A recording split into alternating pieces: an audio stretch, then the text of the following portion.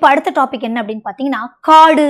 காடு அப்படிங்கிற தலைப்புல யாருடைய படைப்பு அப்படின்னு பாத்தீங்கன்னா கவிஞர் சுரதாவினுடைய படைப்பு. யாருடைய படைப்புமா? கவிஞர் சுரதாவினுடைய படைப்பு. இப்ப நான் ஒரு விஷயம் சொல்லுவேன், அதை நீங்க நல்லா கவனிச்சுக்கணும், புரியுதுங்களா? இப்ப நடந்த என் தமிழ்ல கூட அந்த கொஸ்டின் உங்களுக்கு கேட்டிருக்காங்க. சொல்ற விஷயம் புரியுதுங்களா? அதாவது காடு அப்படிங்கிற ஒரு பாடல், புரியுதுங்களா? ஒரு பாடல் பகுதி அது, புரியுதுங்களா? அதை கொடுத்தது யாரு அப்படின்னு கேட்டா சுரதா. காடு அப்படிங்கிற நூலை படைச்சவர் யாரு அப்படின்னு கேட்டா வாணிதாசன். சொல்ற விஷயம் புரியுதுங்களாம்மா? காடு அப்படிங்கிற தலைப்புல சரிதானுங்களா ஒரு பகுதி பாடலை எழுதுனது யாரு அப்படின்னு கேட்டா சுரதா, கவிஞர் சுரதா. இருக்காரு பாத்தீங்களா, கவிஞர் சுரதா. சொல்ற விஷயம் புரியுதுங்களாமா? ஆனா காடு அப்படிங்கிற நூலை எழுதுனது யாரு அப்படின்னு கேட்டா வாணிதாசன். சரிதானுங்களா? எப்படிங்க மேடம் சொல்றீங்க அப்படின்னு பாத்தீங்கன்னா இவர் வந்து பாத்தீங்கன்னா காடு அப்படிங்கிற அந்த பாடல் வந்து பாத்தீங்கன்னா இவருடைய தேன்மழை அப்படிங்கிற நூல்ல இருந்து எடுக்கப்பட்ட பாடல். இப்ப புரிஞ்சிருக்கும் விஷயம் உங்களுக்கு. இவருடைய தேன்மழை அப்படிங்கிற நூல்ல இருந்து இயற்கை எழில் அப்படிங்கிற பகுதியிலிருந்து எடுக்கப்பட்ட ஒரு தலைப்பு தான் என்னதுமா? காடு. இயற்கை எழில் அப்படிங்கிற தலைப்புல இருந்து எடுக்கப்பட்ட ஒரு பாடல். சொல்ற விஷயம் புரியுதாமா? தேன்மழை. தேன்மழை சொல்ற விஷயம் புரியுதுங்களாமா? இயற்கை எழில், இது உள்ள இருக்கக்கூடிய இயற்கை எழில். இயற்கை எழில் ஓகே தானம்மா?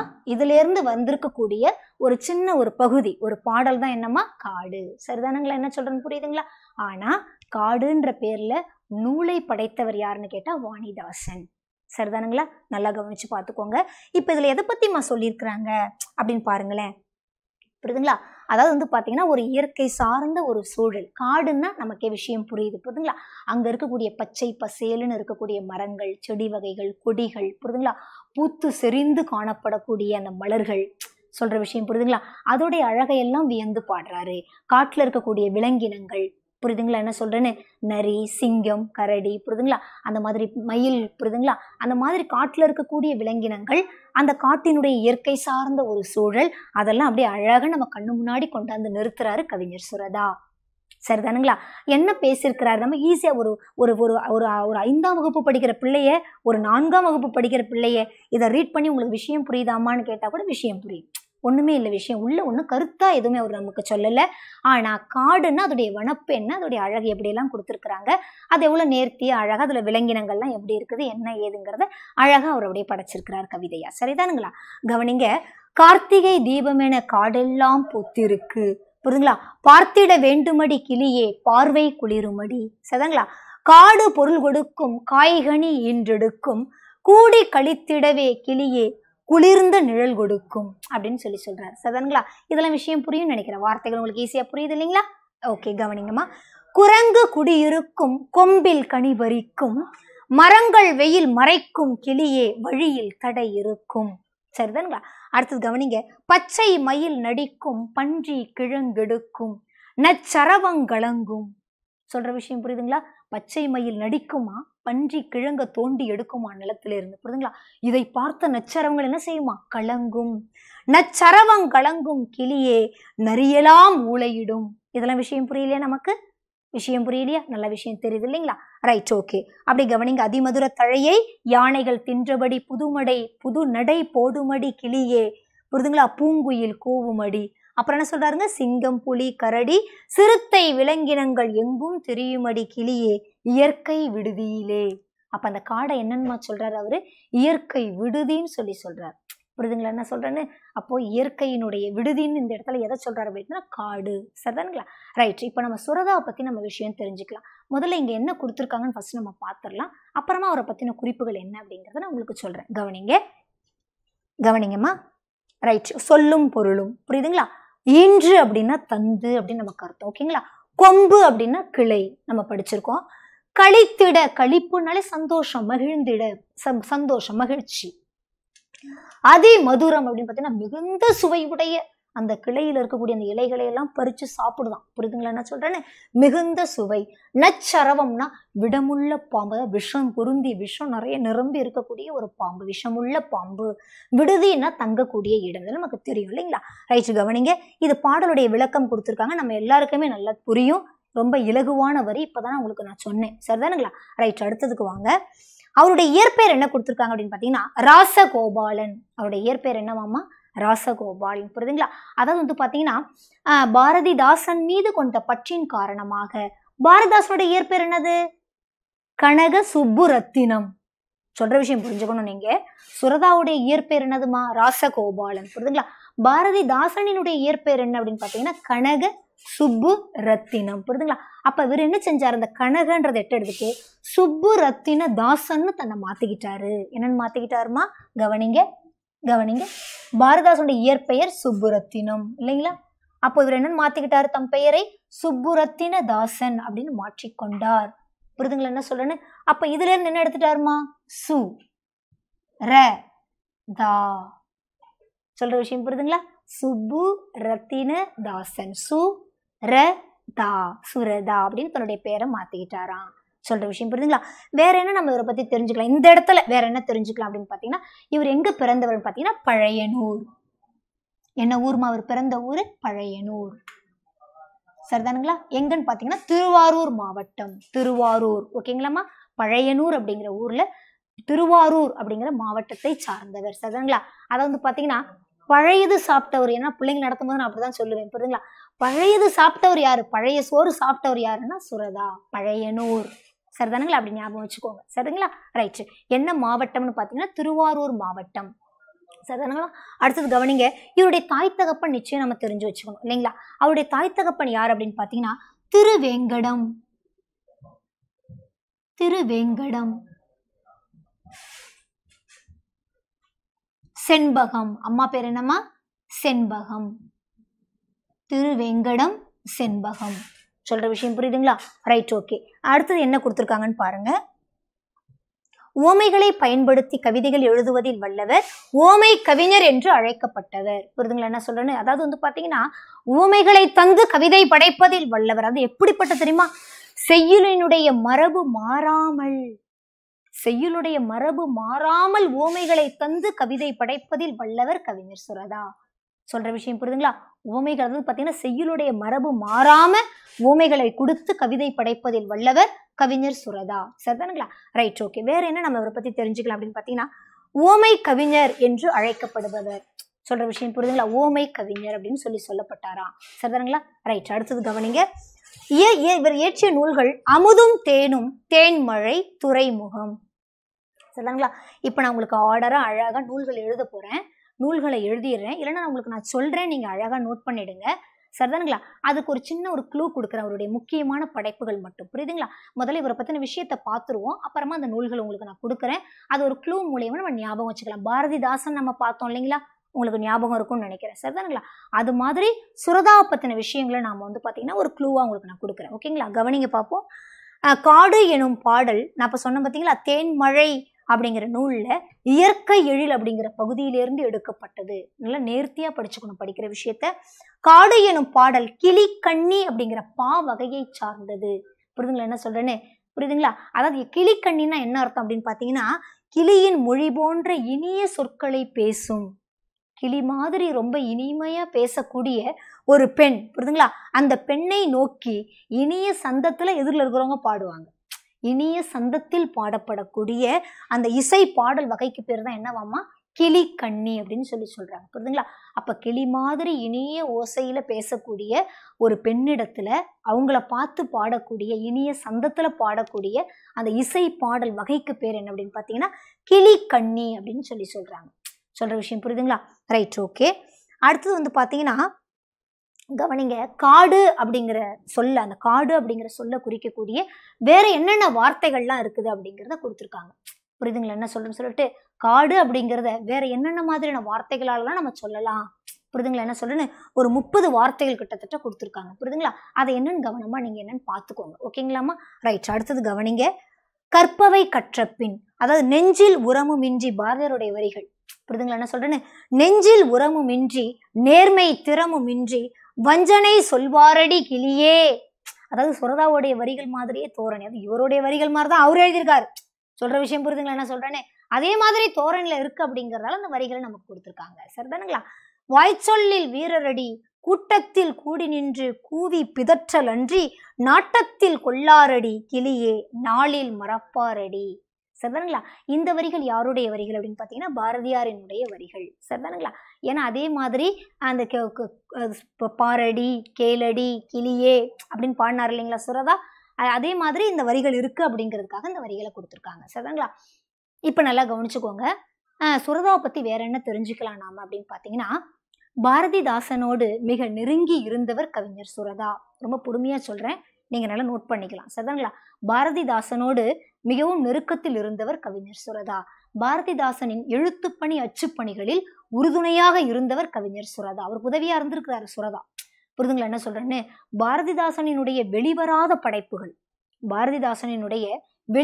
படைப்புகளை திருவாசகன், கவனிச்சுக்கோங்கம்மா, திருவாசகன், பாரதிதாசனினுடைய வெளிவராத படைப்புகளை திருவாசகன், கல்லாடன் அப்படிங்கிற பேர்ல வெளிவர காரணமாக இருந்தவர் கவிஞர் சுரதா. சொல்ற விஷயம் புரியுதுங்களா? பாரதிதாசனுடைய படைப்புகளை இந்த 2 பேர்ல வெளிவர்றதுக்கு காரணமாக இருந்தவர் கவிஞர் சுரதா. புரியுதுங்களா? அடுத்தது பாரதிதாசனினுடைய பொன்னி அப்படிங்கிற இதழ் நம்ம எல்லாருக்குமே தெரியும். பொன்னி சொல்ற விஷயம் புரியுதுங்களாமா? பாரதிதாசன் 2 இதழ் நடத்தினாரு. ஃபர்ஸ்ட் உங்களுக்கு நம்ம சொல்லியிருக்கோம் 6th குயில் பொன்னி. புரியுதுங்களா? அந்த பொன்னி அப்படிங்கிற இதழ்ல சொல்லடா, என்னம்மா, சொல்லடா அப்படிங்கிற தலைப்புல கவிதையை படைத்தவர் யார் அப்படின்னு கேட்டீங்கன்னா கவிஞர் சுரதா. சொல்லடா அப்படிங்கிற தலைப்புல கவிதையை படைத்தவர் கவிஞர் சுரதா. புரியுதுங்களா? சுரதாவினுடைய முதல் கவிதை நூல் எது அப்படின்னு கேட்டீங்கன்னா சிரிப்பின் நிழல். சிரிப்பின் நிழல் இதுதான் சுரதாவினுடைய முதல் கவிதை படைப்பு. சொல்ற விஷயம் புரியுதுங்களாமா? அதே நேரத்துல சுரதாவினுடைய முதல் அந்த உரைநடை பாங்கிலான நூல் எந்த நூல் அப்படின்னு கேட்பாங்க. சுரதாவினுடைய முதல் நூல் எது அப்படின்னு கேட்டீங்கன்னா சாவின் முத்தம்.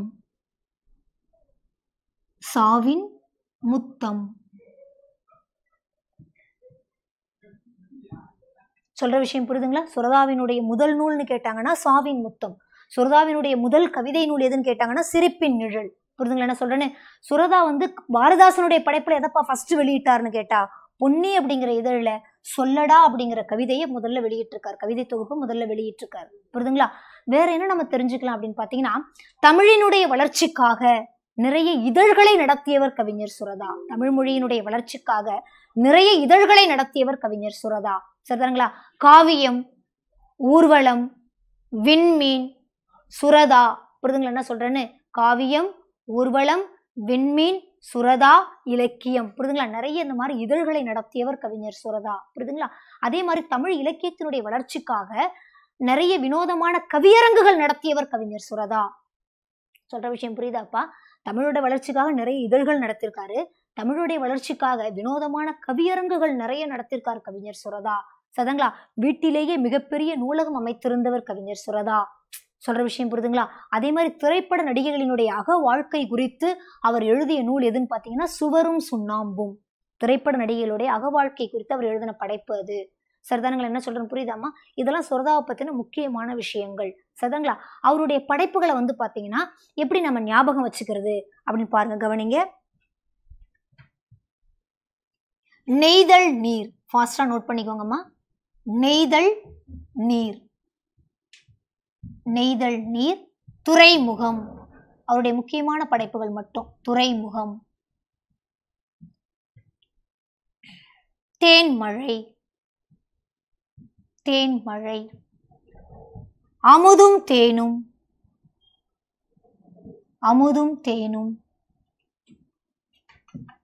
சொல்ற விஷயம் புரியுதுங்களா? அமுதும் தேனும், நெய்தல் நீர், துறைமுகம், தேன்மழை, அமுதும் தேனும்.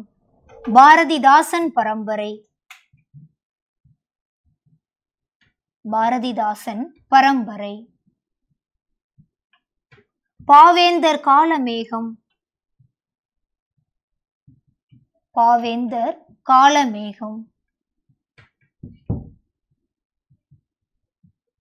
சுரதாவின் வினாக்களும் விடைகளும்.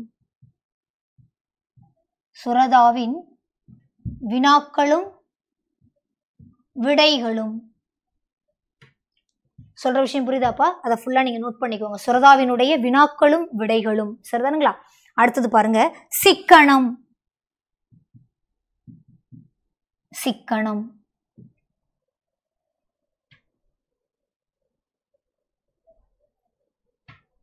சிக்கனம். வெயிட் பண்ணுங்கம்மா, இதோட கண்டினியூ இங்க நோட் பண்றேன், நோட் பண்ணிக்கோங்கம்மா. சுரதாவினுடைய வினாக்களும் விடைகளும் சிக்கனம். ஓகேவாம்மா? கவனிங்க.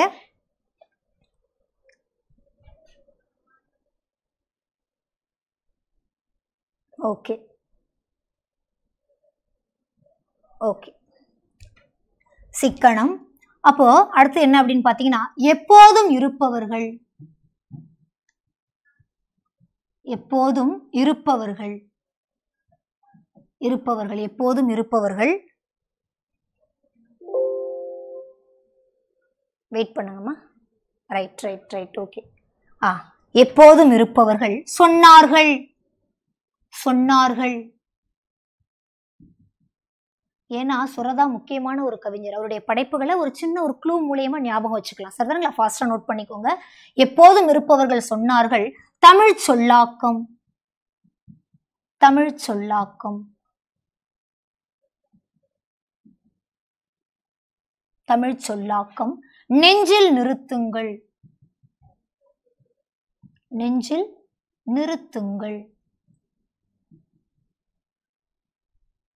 நெஞ்சில் நிறுத்துங்கள். ஓகேவாம்மா? எப்போதும் இருப்பவர்கள் சொன்னார்கள். தமிழ் சொல்லாக்கம். நெஞ்சில் நிறுத்துங்கள். சிரிப்பின் நிழல். இப்பதான் நான் சொன்னேன். சிரிப்பின் நிழல் என்னதுமா? சுரதாவினுடைய முதல் கவிதை படைப்பு. சரிதானுங்களா? சிரிப்பின் நிழல். முன்னும் பின்னும். முன்னும் பின்னும். சிரிப்பின் நிழல், முன்னும் பின்னும். வார்த்தை வாசல். வார்த்தை வாசல். வெட்ட வெளிச்சம். வெட்ட வெளிச்சம். வெட்ட வெளிச்சம்.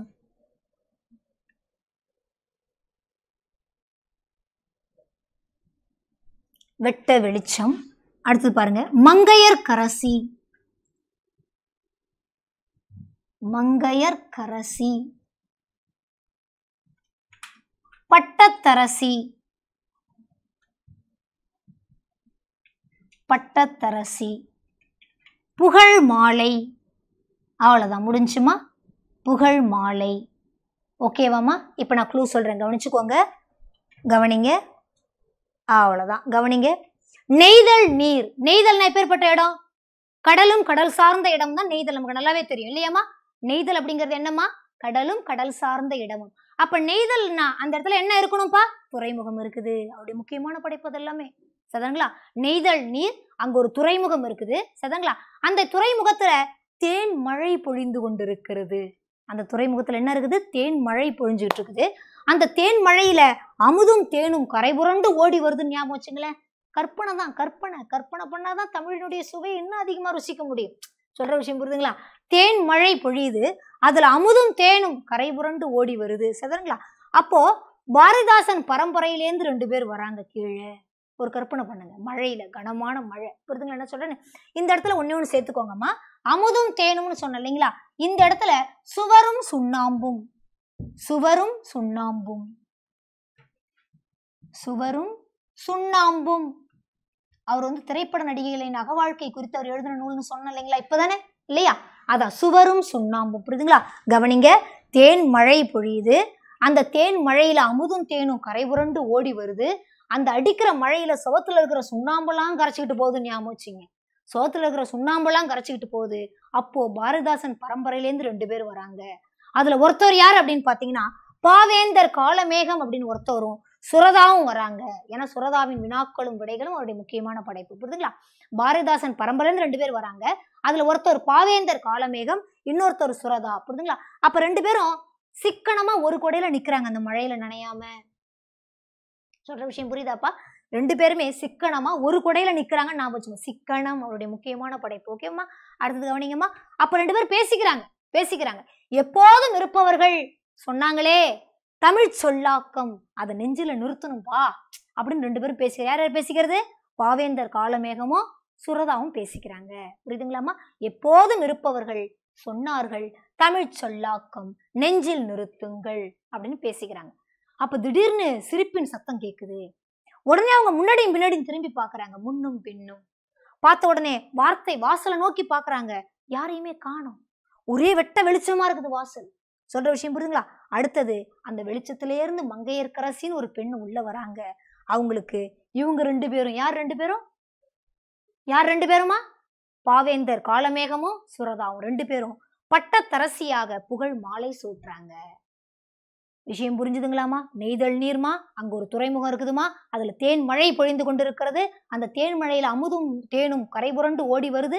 அந்த மழையில சோத்துல இருக்கிற சுண்ணாம்பெல்லாம் அடிச்சுக்கிட்டு போகுது. புரியுதுங்களா? அந்த மழையில பாரதிதாசன் பரம்பரையிலேருந்து 2 பேர் வராங்க. அதுல ஒருத்தர் பாவேந்தர் காலமேகம், இன்னொருத்தர் யாருமா? சுரதா. புரியுதுங்களா? 2 பேரும் சிக்கனமா ஒரு கொடையில நிக்கிறாங்க, மழையில நனையாம. புரியுதுங்களா? அப்ப 2 பேரும் பேசிக்கிறாங்க. என்னன்னு பேசிக்கிறாங்கம்மா? எப்போதும் இருப்பவர்கள் சொன்னார்கள் தமிழ் சொல்லாக்கம் நெஞ்சில் நிறுத்துங்கள் அப்படின்னு பேசிக்கிறாங்க. திடீர்னு சிரிப்பின் நிழல், சிரிப்போட சத்தம் கேக்குது. அவங்க முன்னாடி திரும்பி பாக்குறாங்க, யாரையுமே காணோம். வாசலை நோக்கி பாக்குறாங்க, வார்த்தை வாசல் அவருடைய படைப்பு. வாசலை நோக்கி பாக்குறாங்க, யாருமே இல்ல, ஒரே வெட்ட வெளிச்சமா இருக்குது. அந்த வெளிச்சத்திலே இருந்து ஒரு பெண் உள்ள வராங்க. அவங்க யாருன்னா மங்கையர்க்கரசி. அவங்களுக்கு 2 பேரும் பட்டத்தரசியாக புகழ் மாலை சூட்டுறாங்க. ஓகே தானம்மா? விஷயம் புரிஞ்சுதுங்களா? ரைட், ஓகே, நம்ம அடுத்ததுக்கு போகலாம். சரிதானுங்களா? அப்புறம் சுவரும் சுண்ணாமும் அப்படிங்கிறவருடைய படைப்பு வந்து பாத்தீங்கன்னா ஒரு தொடரா எழுதிட்டு வந்தார். 1971 ஆனந்த விகடன் இதழில் ஒரு தொடரா எழுதிட்டு வந்தார். அப்புறம் தான் அதை தொகுப்பாக்கி என்ன செஞ்சார் அப்படின்னு பாத்தீங்கன்னா நூலாக வெளியிட்டு இருக்கிறாரு. சரிதானுங்களா? சுவரும் சுண்ணாம்பும். சரிதானுங்களா? ரைட், ஓகே, அடுத்த பகுதிக்கு போலாமா? நாம கவனிங்கம்மா, கவனிங்க. அப்படியே நிற்கட்டும் அந்த மரம். புரியுதுங்களா? யாரு அப்படின்னு பாத்தீங்கன்னா ராஜ மார்த்தாண்டன். சொல்ற விஷயம் புரியுதுங்களா? ஆனா இதுல ஒன்றும் கருத்துக்கள் எதுவுமே கிடையாது. நான் அப்படியே அந்த செய்தியை உங்களுக்கு என்ன அப்படிங்கிறத உங்களுக்கு நான் சொல்லிடுறேன். அப்படியே கதை போல எழுதியிருக்கிறார். சரிதானுங்களா? என்ன சொல்றேன்னு சொல்லிட்டு, அதாவது வந்து பாத்தீங்கன்னா நல்லா புரிஞ்சுக்கோங்க. 5 வயதில் பார்த்தேன், 50 வயதிலும் அப்படியே தான் இருந்தது அந்த மரம். புரியுதுங்களா என்ன சொல்றேன்னு? அதாவது பச்சை பசேலென இலைகளுக்கு நடுவே, பச்சை பசேலென இலைகளுக்கு நடுவே கருப்பு கோழி குண்டுகளாய் நாவற்பழங்கள் பார்க்கும் பொழுதே நாவில் எச்சில் ஊறும். நாவற்பழங்கள் பார்க்கும் பொழுதே நாவில் எச்சில் ஊறும். புரியுதுங்களா? அதாவது வயது வந்த அக்காளுக்காய் பழங்களை பொறுக்க பெட்டிகளுடன் வரும் சிறுவர் சிறுமியர்கள். புரியுதுங்களா? இரவு நேரம் வந்தவுடன் பழங்களை உண்பதற்காக எங்கிருந்தோ வரும் வௌவாலினுடைய இனங்கள். புரியுதுங்களா? பறவை அணில்களினுடைய ஆரவாரம் எழுந்து கொண்டே இருக்கும்.